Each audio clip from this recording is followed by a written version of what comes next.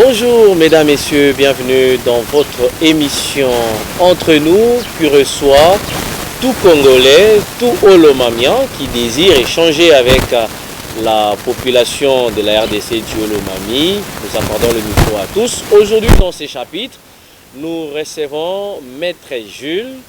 Il est cadre de l'avenir du Congo, il est Olomamien, congolais. Avec lui, nous allons échanger sur la situation sécuritaire de la République démocratique du Congo, l'implication du Olomami, de son parti politique et tout ce qui sera dans le contour de nos échanges.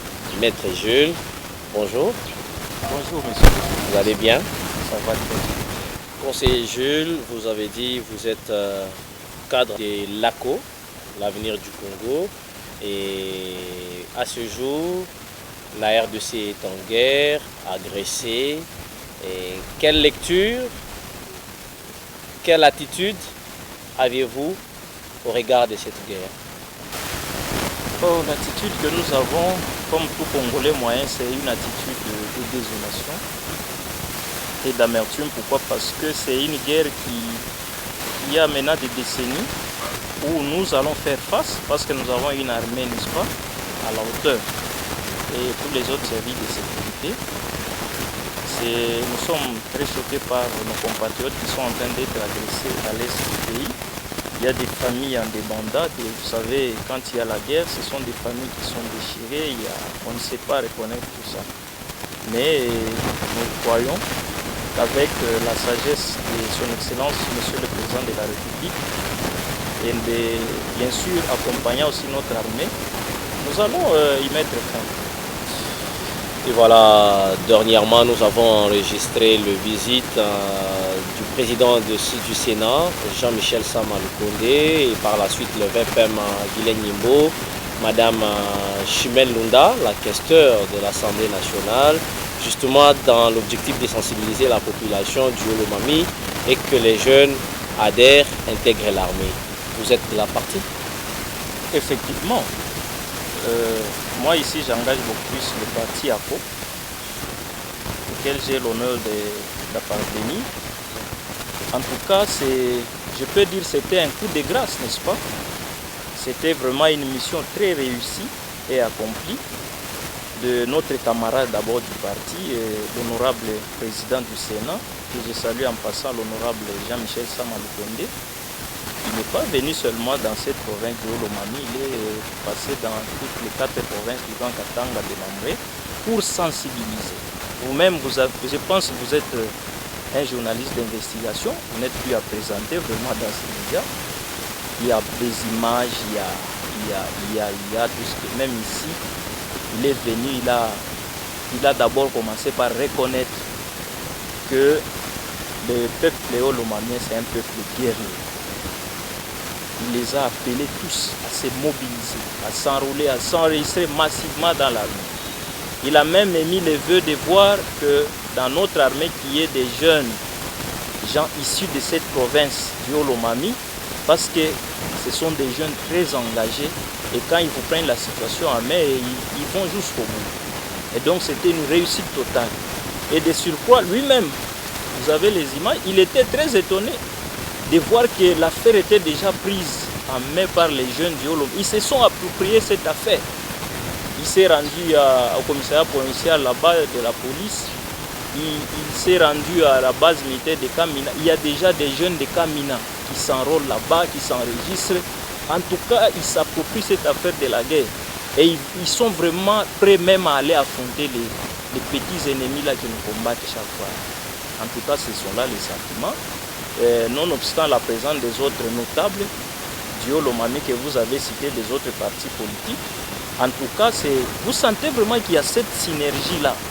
Il y a vraiment des notables, tout le monde prend l'affaire de sa manière. C'est-à-dire, chacun est en train de prêcher la messe à sa manière. Il va là-bas, il sensibilise, il appelle les autres à la mobilisation. En tout cas, nous sentons vraiment que les notables katangais sont très très engagés. Quand vous avez vu le chef de l'État les motiver là, il a reconnu d'abord le mérite et tout le monde est descendu, n'est-ce pas, dans son coin pour ne fût-ce qu'appeler ses siens à s'approprier de l'affaire. et à prendre cette affaire au sérieux. Parce que quand il y a la guerre au pays, nous compatissons avec nos compatriotes. Quand votre frère est vraiment dans une situation désagréable, vous n'allez pas vous taire et être, n'est-ce pas, à l'aise, non? Ah, merci, Maître Jules. Je rappelle que vous êtes conseiller principal, parce que vous avez dit jusque maintenant, vous n'avez jamais été, votre fonction n'a jamais été abrogée. Et parce qu'il s'agit de la Cour et de l'arrivée du président Sama Lukonde. Certaines lectures disent que ce passage n'a pas été de succès, c'était qu'une promenade de santé, une balade. Vous, famille politique, à l'honorable Sama, vous êtes dans cette même optique ou vous dites quoi? Bon, franchement, personnellement, c'était d'abord très étonnant. Vous avez suivi avec moi, il y a des images qui laissent à désirer, qui sont virales, qui sont devenues virales dans beaucoup de plateformes dans les réseaux sociaux. Il y a des gens, franchement, qui sont méconnaissables maintenant. On ne sait pas s'ils sont de l'opposition ou soit ils sont des nôtres au sein de l'Union sacrée. Pourquoi? Parce que si nous sommes tous de l'Union sacrée, la moindre des choses à pouvoir faire, c'est laquelle? C'est conjuguer les efforts ensemble pour, n'est-ce pas, bouter l'ennemi en dehors de notre pays. Mais curieusement, il y a des gens qui s'évertuent dans les réseaux sociaux parce qu'ils veulent faire la sortie médiatique ratée. Et vous savez, la personne dont il est question, on ne sait même pas aller par les dos de la cuillère. Il s'agit de Pascal B. Quand j'ai suivi ces images, vous avez vu aussi ma réaction, à chaud d'ailleurs. J'étais très étonné de voir lui, Pascal B, prétendant être membre de l'Union sacrée, qui est une famille politique, de notre allié bien sûr, parce que nous sommes tous au sein de l'Union. Au lieu de compatir, parce que nous sommes tous en deuil. Mais vous commencez à venir vous moquer des uns et des autres. Et ça, c'est notre honte que nous sommes en train d'étaler sur la place publique. Et vous allez suivre dans ses propos, il est en train de se contredire. J'en ai parlé.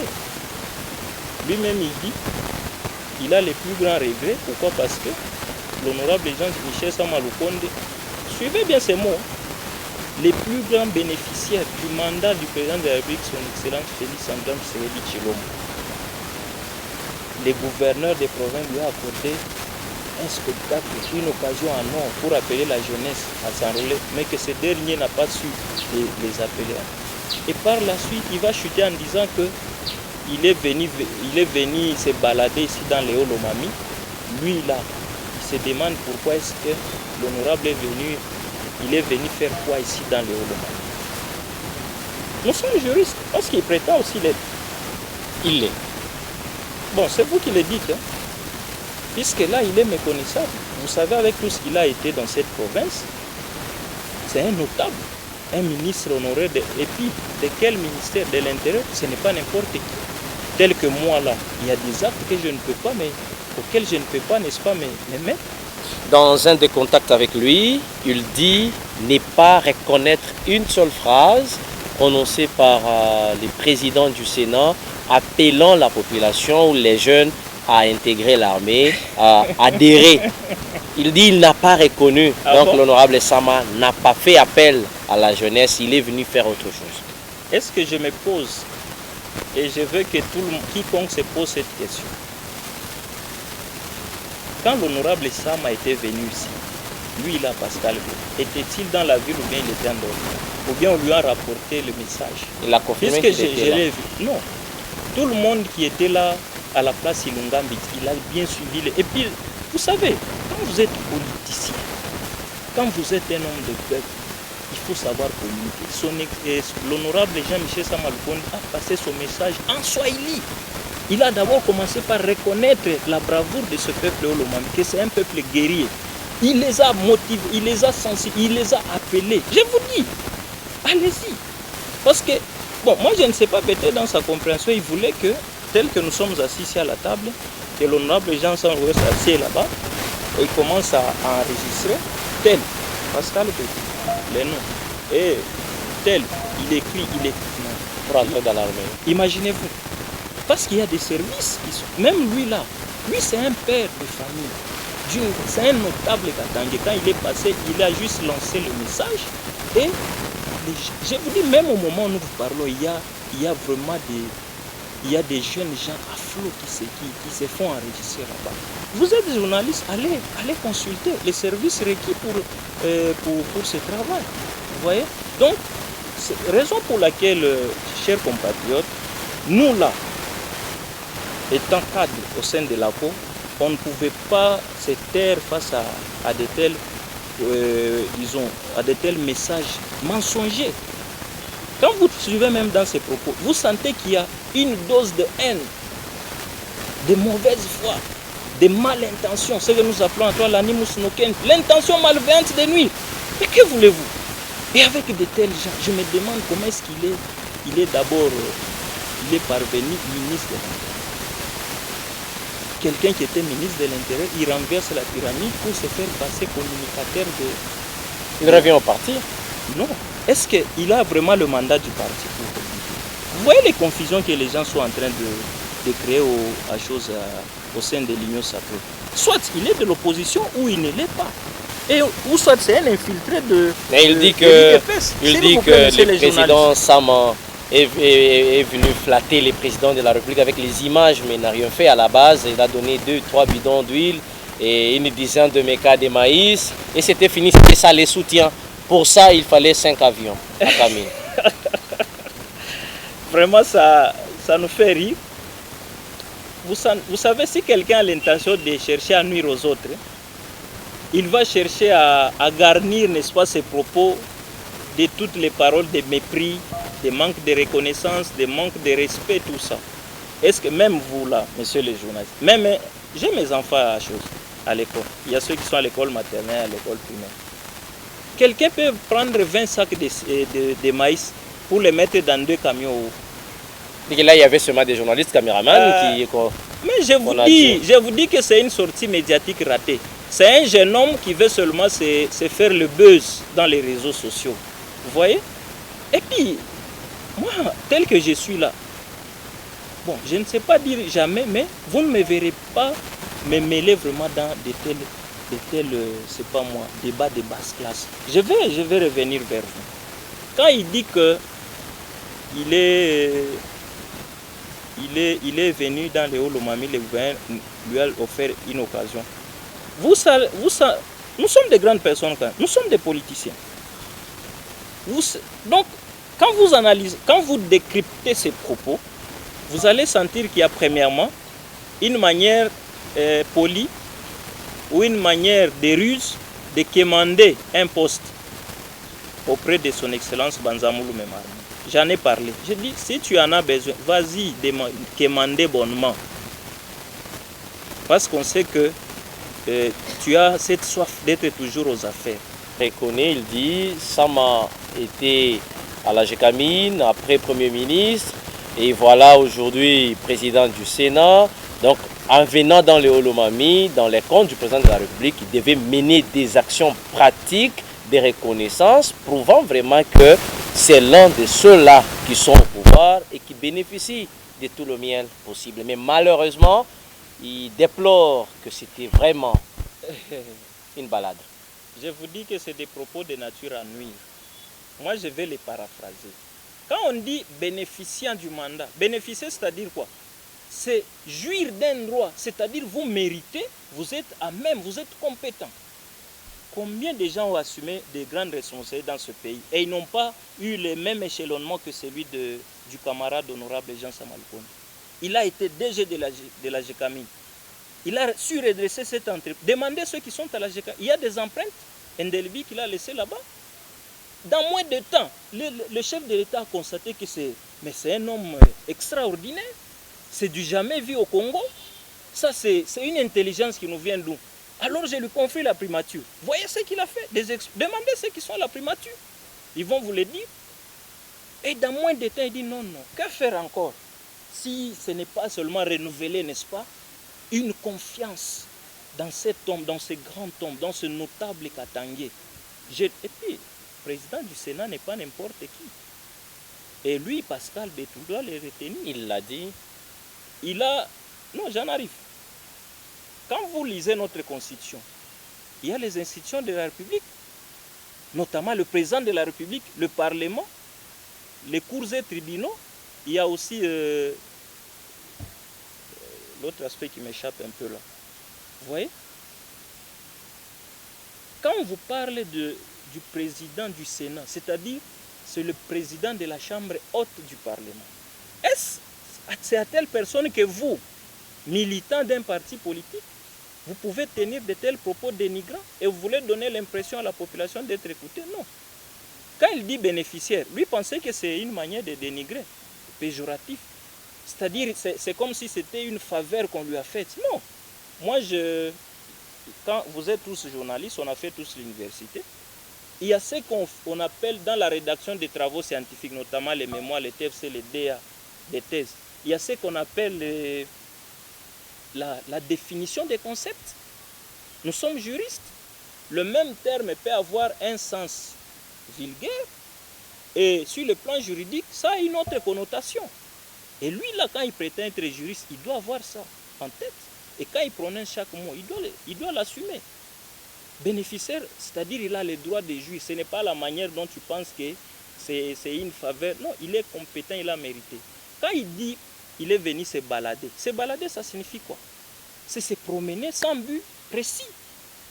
Est-ce qu'un cadre d'un parti, parce que moi là, il est vraiment méconnaissable, je vous dis. Non, loin qu'avant-hier où il y a deux ou 3 jours passés, il fait toujours des apparitions médiatiques ratées.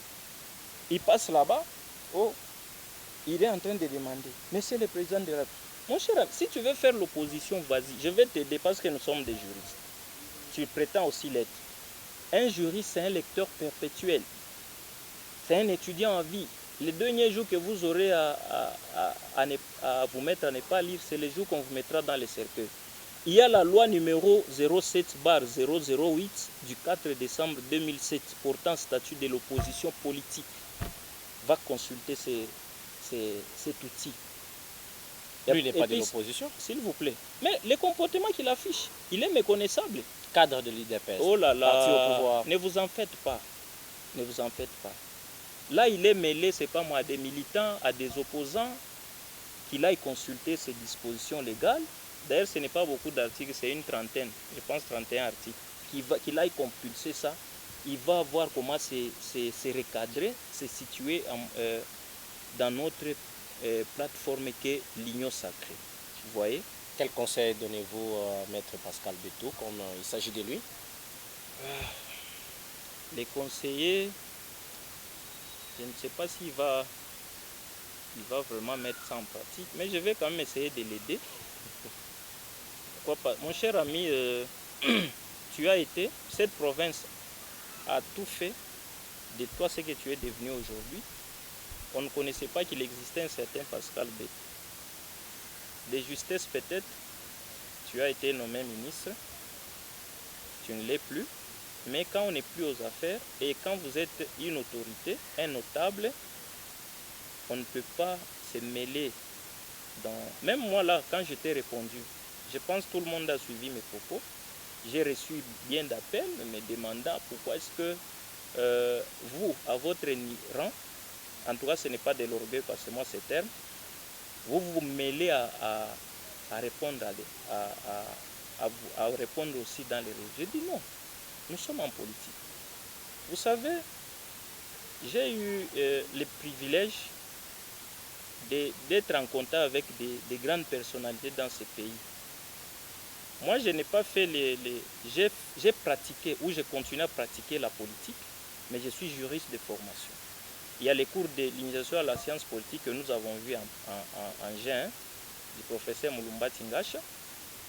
J'ai rencontré, il est maintenant député provincial dans le Haut-Katanga, l'honorable John Gandouka-Swama. Il me disait que Jules, la politique, il y a l'un des enseignants des professeurs qui leur disait que la politique c'est un jeu d'enfants joué par les grandes personnes. C'est-à-dire, il y a certaines actions telles que celle-ci.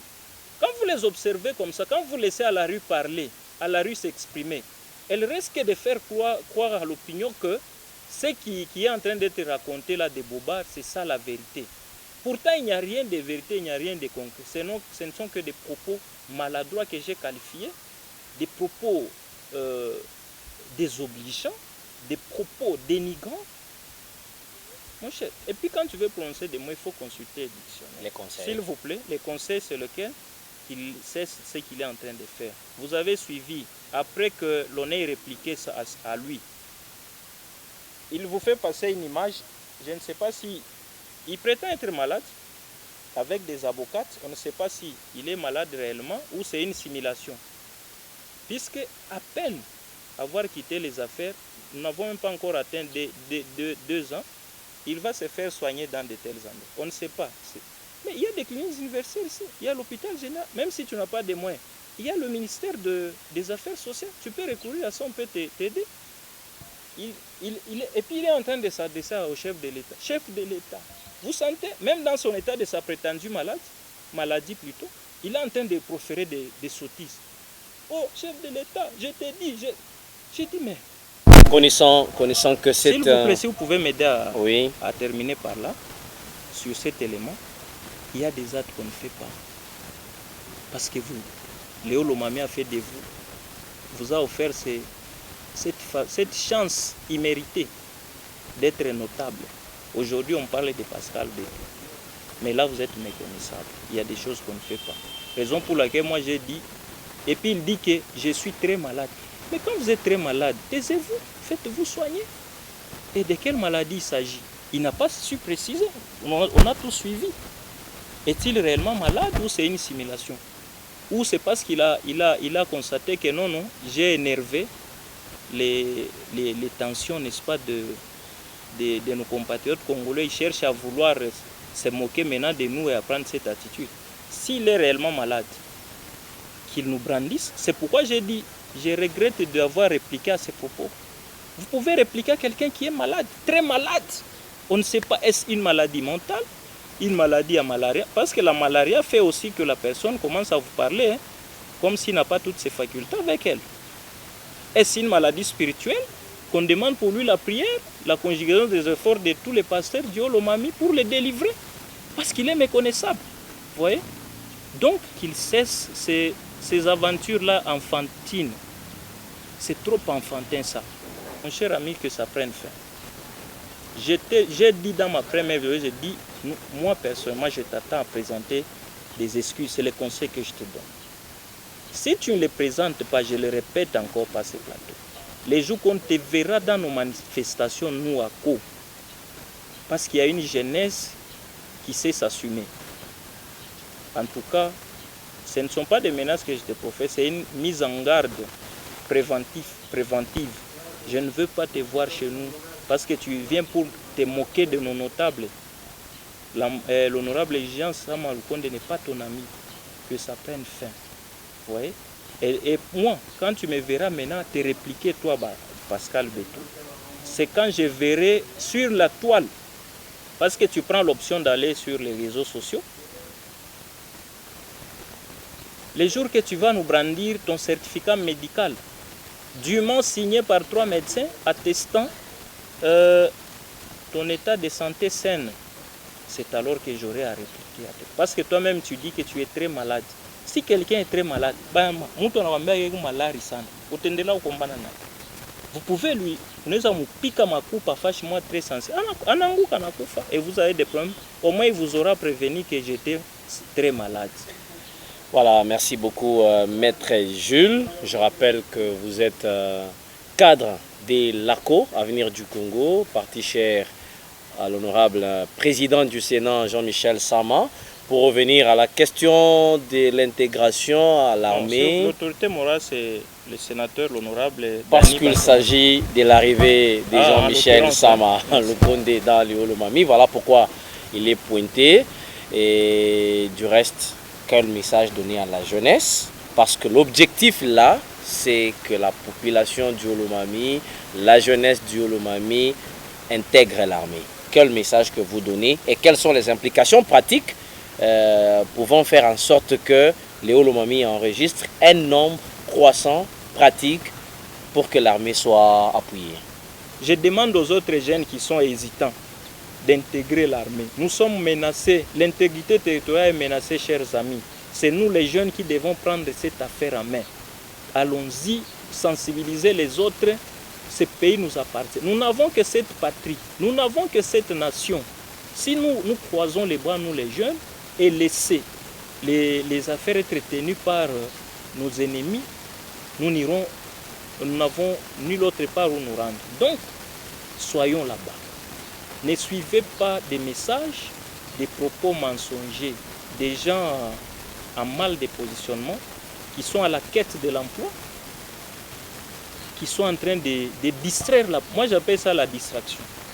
C'est la distraction, mais parce que nous sommes politiciens, comme c'est un jeu d'enfants joué par les grandes personnes, nous ne devons pas laisser même à la rue parler. S'il y a des gens qui parlent à la rue, nous les jeunes, s'il y a nos aînés au sein du parti qui se réservent, nous sommes obligés de descendre. Nous allons quitter d'abord notre confort de cadre. Nous allons descendre pour rencontrer les gens qui profèrent des mensonges dans la rue. Parce qu'ils risquent de faire gober à la population des pilules toxiques, des messages, faire gober à la population des mensonges, des propos, de haine. Vous-même, vous suivez. Mais je demande à la jeunesse, je demande à l'opinion de ne plus suivre les bobards de Pascal Beto.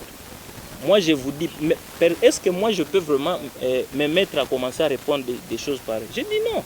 Mais si nous laissons ça, si nous n'arrêtons pas cette hémorragie, ça va s'instruire comme une coutume.